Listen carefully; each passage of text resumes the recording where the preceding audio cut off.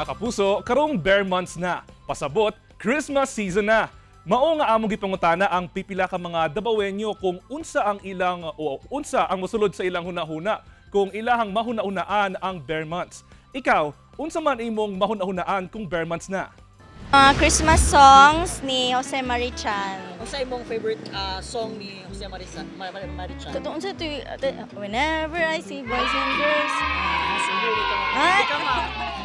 Katong kay Mariah Carey na ay so dili siya nagkanta but katong last Christmas I gave you my heart but the very next day you gave it away.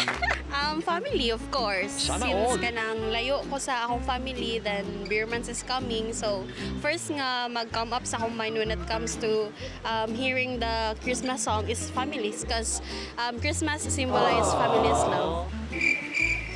Wala mo ko maisipan. Mga about Christmas songs yun. Like mga kasadya. Hindi ko nagkakanta. Kamay lang kayo. One paragraph lang. Kasadya ning takna. Si Jose Marichan, Kung sa favorite kanta ni mo niya? kanang Christmas, mga Christmas song.